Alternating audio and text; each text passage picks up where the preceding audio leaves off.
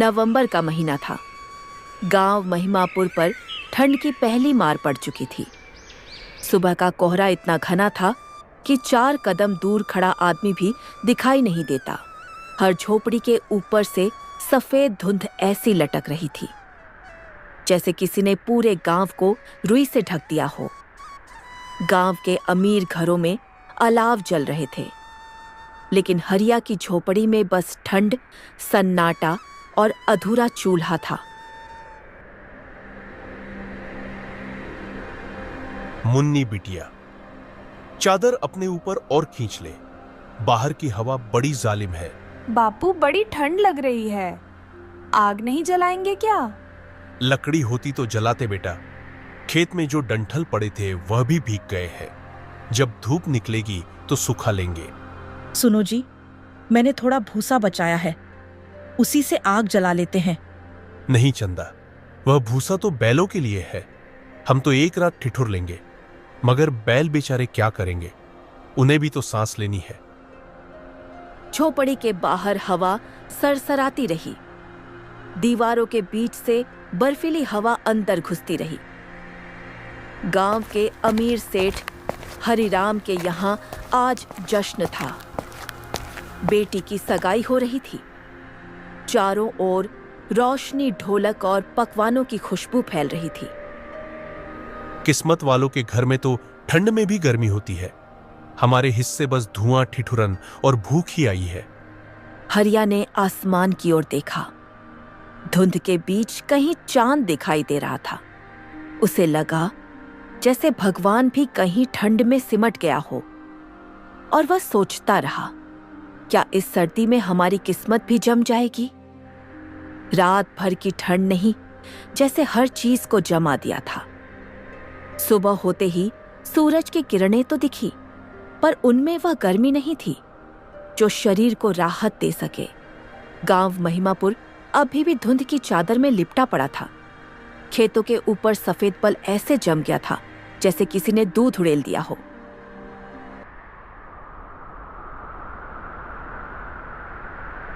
ओ चंदा, जरा वह पुराना मफलर दे देना। खेत पर जाना है, गेहूं की हालत देखनी है। आप इतनी ठंड में खेत जाओगे? रुको, जरा धूप निकल आए तब जाना। धूप का क्या भरोसा, फसल तो अपने समय से नहीं रुकेगी, और भूख भी नहीं है।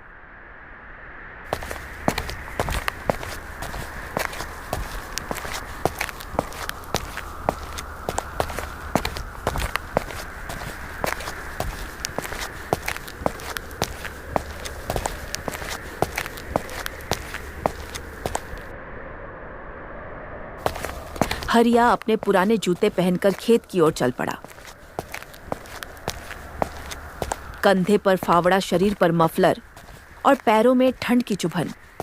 हर कदम पर लगता जैसे जमीन की ठंड पैर से होकर सीने तक पहुंच रही हो।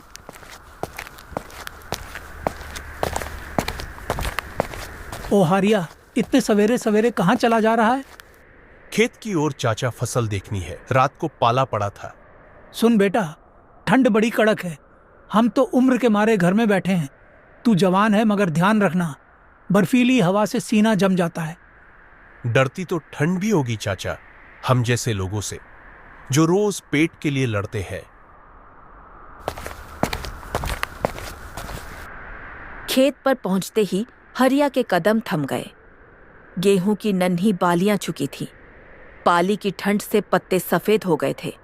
जमीन इतनी सख्त हो गई थी कि फावड़ा भी उसमें घुसने से इनकार कर रहा था। हे भगवान, अगर यह फसल मर गई तो घर कैसे चलेगा? बेटा, इस साल तो मौसम ही रूठा है। इस साल बारिश भी बहुत ज्यादा हुई, और अब यह ठंड, सब किसान रो रहे हैं। दोनों ने खेत की मेड़ पर बैठकर थोड़ा गुड़ और चना खाया। हर कौर के साथ ठंड जैसे अंदर उतरती जा रही थी, पर बातों में एक उम्मीद थी कि कल शायद कुछ बेहतर हो। अगर सेठ हरिराम कुछ अनाज उधार दे देता तो कुछ दिन कट जाते चाचा, पर वह तो ब्याज सुनकर ही दरवाजा बंद कर देता है। हिम्मत मत हार बेटा, गरीब की ठंड दोहरी होती है, एक मौसम की और एक मजबूरी की। पर सूरज हर बार उगता है, बस थोड़ी देर लगती है। हरिया ने आसमान की ओर देखा। सूरज बादलों के पीछे छिपा था। वो मुस्कुराया और बोला, कभी तो निकल ही आएगा सूरज चाचा। हमारे नसीब की धूप भी शायद इंतजार कर रही है। दिन ढलते ढलते फिर वही सर्द हवाएं लौट आई थी। सूरज जैसे जल्द ही ठंड से हार मानकर बादलों के पीछे छिप गया था। गांव महिमापुर की गलियां फिर से वीरान हो चली। लोग अपने अपने घरों में अलाव जलाकर बैठे थे, मगर हरिया की झोपड़ी में लकड़ियों का एक टुकड़ा भी नहीं था। सुनिए जी, जरा देखिए तो चूल्हे में कुछ भी नहीं बचा, ना लकड़ी है ना भूसा। ये ठंड तो जान ले लेगी। कल खेत की तरफ गया था, तालाब के किनारे जो सूखी झाड़ियां थी वह भी सब लोग ले गए। अब तो कुछ नहीं बचा। माँ, मुझे बहुत ठंड लग रही है। बस बेटा, थोड़ी देर और, मैं तेरे लिए कुछ करूंगी। चंदा देवी ने कोने में रखे उन बर्तनों को देखा। बस थोड़ा सा चावल और एक कटोरी दाल बचा था। सुनिए जी, थोड़ा सा चावल बचा है, खिचड़ी बना देती हूँ। हाँ, बना दो चंदा। बच्ची को कुछ गरम मिल जाए तो अच्छा है। हम तो पानी पीकर लेट जाएंगे। आप भी थोड़ा खा लेना जी, सारा दिन खेत में रहे, ठंड भी लगी होगी। नहीं चंदा, बच्ची की भूख पहले। हमने तो इतनी ठंड झेली है कि अब आदत सी हो गई है।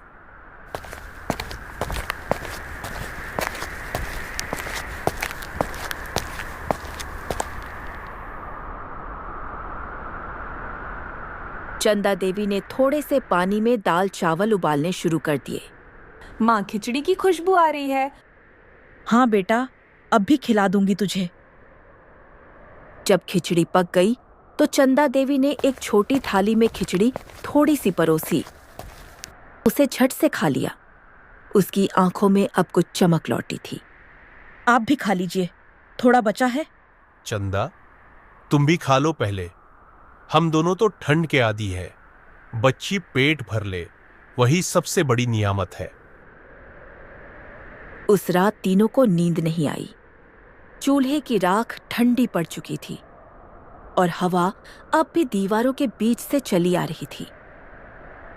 हरिया ने अपने बेटे और पत्नी को चादर में लपेटा, खुद किनारे बैठ गया और आसमान की ओर देखने लगा। हे भगवान, यह ठंड कब जाएगी? कब हमारे घर में भी गर्मी आएगी? उसके शब्द हवा में खो गए, जैसे आसमान ने भी जवाब देने से मना कर दिया हो। सिर्फ चांद की ठंडी रोशनी झोपड़ी की खिड़की से अंदर आ रही थी। सुबह जब सूरज निकला तो उसकी रोशनी में गर्मी नहीं, बस धुंध का पर्दा था। गांव महिमापुर की गलियों में सन्नाटा पसरा हुआ था, जैसे ठंड ने हर जिंदगी को जमा दिया हो। हरिया को अपने पुराने संदूक में फटा हुआ स्वेटर मिला। उसे पहनकर वह चारपाई पर बैठ गया। सुनिए जी, पड़ोसी रघुदास की झोपड़ी से कोई आवाज नहीं आ रही। सुबह से कुछ लोग बोल रहे थे कि रात बड़ी भयंकर थी। चलो चलकर देख लेते हैं। हरिया और चंदा देवी धीरे धीरे रास्ते से गुजरे। दोनों झोपड़ी के पास पहुंचे तो अंदर अंधेरा था। रघुदास अपनी झोपड़ी पर चुपचाप पड़े थे। उनकी सांसें थम चुकी थी। उनकी पत्नी दीवार से टेक लगाए रो भी नहीं पा रही थी। शरीर ठंड से अकड़ चुका था। हरिया की आंखों में यह डर समा गया था। वह जानता था अब सिर्फ भगवान ही बचा सकते हैं। हे भगवान, ठंड ने इन्हें भी नहीं छोड़ा। अब क्या होगा?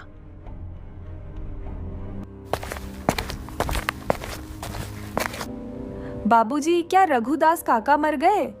हाँ बेटी, बूढ़ों के लिए तो ठंड बहुत बड़ी बीमारी है। अगर गरीबों के घर आग न जले तो जान चली जाती है। फिर हम आग क्यों नहीं जलाते बापू? कहां से ले लकड़ी बेटी? अब जंगल भी तो सूखा पड़ा है। शाम तक खबर फैल गई। गांव में अब तक 5 लोग ठंड से मर चुके थे। गांव के चौपाल पर लोग जमा हुए। सबके चेहरों पर डर और लाचारी थी। भाइयों, ये सर्दी तो मौत बनकर आई है। हमारे पास लकड़ी नहीं, चारा नहीं, कुछ भी नहीं। अगर आज हमने कुछ भी नहीं किया तो कल कौन बचेगा? आप ठीक कहते हैं काका, हमें पंचायत से कहना होगा, सरकार से मदद मांगनी होगी। लेकिन जी, जब तक मदद आएगी तब तक तो शायद। सवाल हवा में गूंजा, पर जवाब किसी के पास नहीं था। सिर्फ हवा थी जो सबकी सांस जमा रही थी। रात फिर उतर आई थी, पर इस बार वह पहले से ज्यादा काली थी। गांव के कई चूल्हे ठंडे हो चुके थे और कुछ लोगों की सांस भी। हरिया की झोपड़ी में अलाव तो जल रहा था, पर उसमें आग नहीं, बस राख बची थी। माँ, मुझे बहुत ठंड लग रही है। सो जा मुन्नी, भगवान से दुआ कर कल सूरज में थोड़ी गर्मी हो।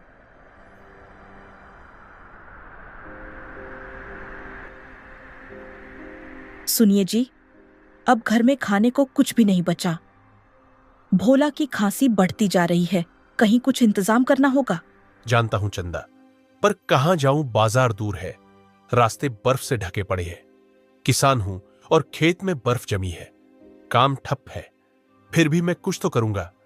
भगवान, अगर तूने मुझे हिम्मत दी है तो मैं अपने गांव को यूं मरने नहीं दूंगा। मैं जंगल जाऊंगा, भले ही ठंड काट खाए, पर गांव के लिए लकड़ी लाऊंगा। इतनी ठंड में नहीं जी, आप मत जाइए। जंगल बहुत दूर है, रास्ते में सियार और भेड़िए घूमते हैं। अगर इस बात से मैं डर गया और गांव कैसे जिएगा?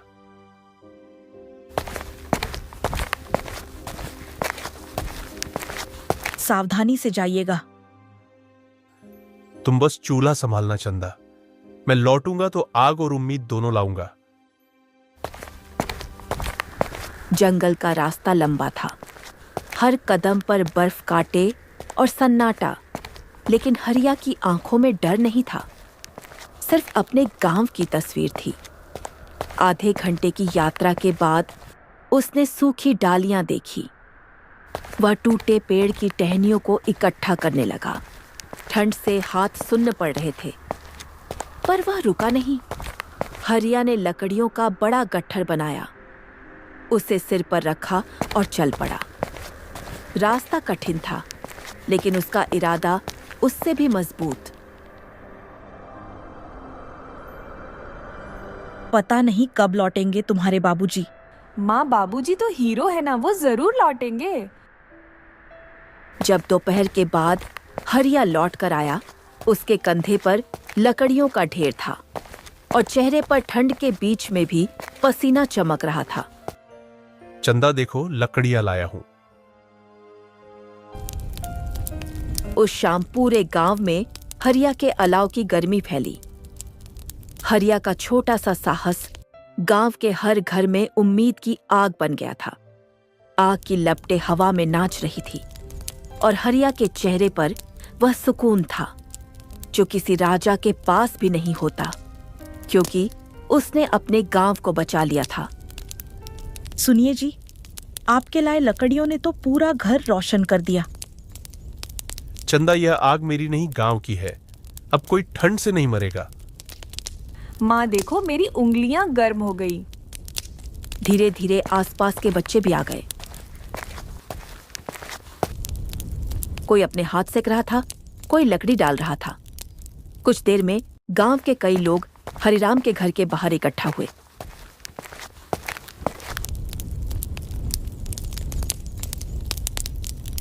हरिया बेटा, तूने तो कमाल कर दिया।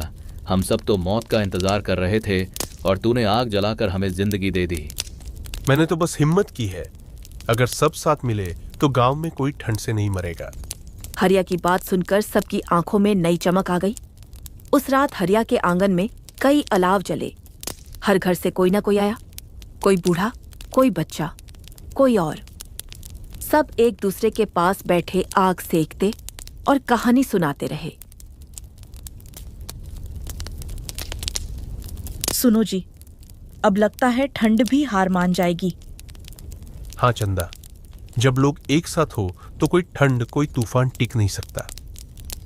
आज की लपटें हवा में नाच रही थी और हरिया के चेहरे पर वह सुकून था जो किसी राजा के पास भी नहीं होता, क्योंकि उसने अपने गांव को बचा लिया था। रात बीत चुकी थी। हरिया के आंगन में जलते हुए अलाव अब राख बन चुके थे, पर उस राख में भी गर्मी बची थी। माँ देखो, आज तो धूप निकली है। सूरज की यही किरण तो जीवन है चंदा। जब मन की आग जलती रहे तो सर्दी टिक नहीं सकती। हरिया ने अपने झोपड़ी की छत पर जमी हुई बर्फ को देखा, जो अब पिघल रही थी, जैसे दुख धीरे धीरे मिटते रहा हो। अरे भाई, हरिया के अलाव ने तो गांव की किस्मत ही बदल दी। सही कहा काका। पहले डरते थे ठंड से, अब बैठकर उसके किस्से सुनाते हैं। हरिया अब सिर्फ केवल एक गरीब किसान नहीं रहा, बल्कि गांव के लिए हिम्मत की मिसाल बन गया था। बच्चे उसे अलाव वाले चाचा कहकर पुकारते थे और बुजुर्ग उसकी पीठ थपथपाते थे।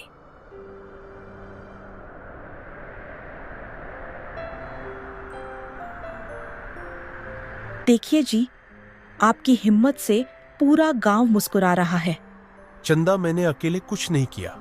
कभी कभी ठंड जैसी मुसीबत भी लोगों को एक कर देती है। जब लोग एक साथ हो तो कोई ठंड, कोई तूफान टिक नहीं सकता। हाँ बाबूजी, ठंड तो भाग गई और हमारे घर में अब सिर्फ गर्मी ही गर्मी है। हाँ बेटी, भगवान ने हमारी सुन ली। देखो बेटी, सूरज हर दिन लौटता है, बस हमें भी हार नहीं माननी चाहिए।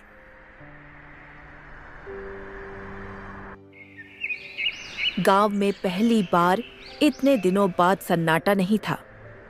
हर चेहरे पर मुस्कान थी, हर घर से धुआं उठ रहा था और ठंड जैसे अब हार मान चुकी थी। और इस तरह एक गरीब किसान ने अपने साहस से पूरे गांव को ठंड से नहीं बल्कि डर से भी आजाद कर दिया। सर्दी अब कम हो चुकी थी। गांव की गलियों में बच्चों की किलकारियां गूंज रही थी। खेतों में सरसों फूल रही थी। सूरज धीरे धीरे ढल रहा था और उसकी किरणें खेतों को सुनहरा बना रही थी। और इस तरह ठंड केवल मौसम की कहानी नहीं रही, बल्कि इंसान की हिम्मत और उम्मीद की मिसाल बन गई।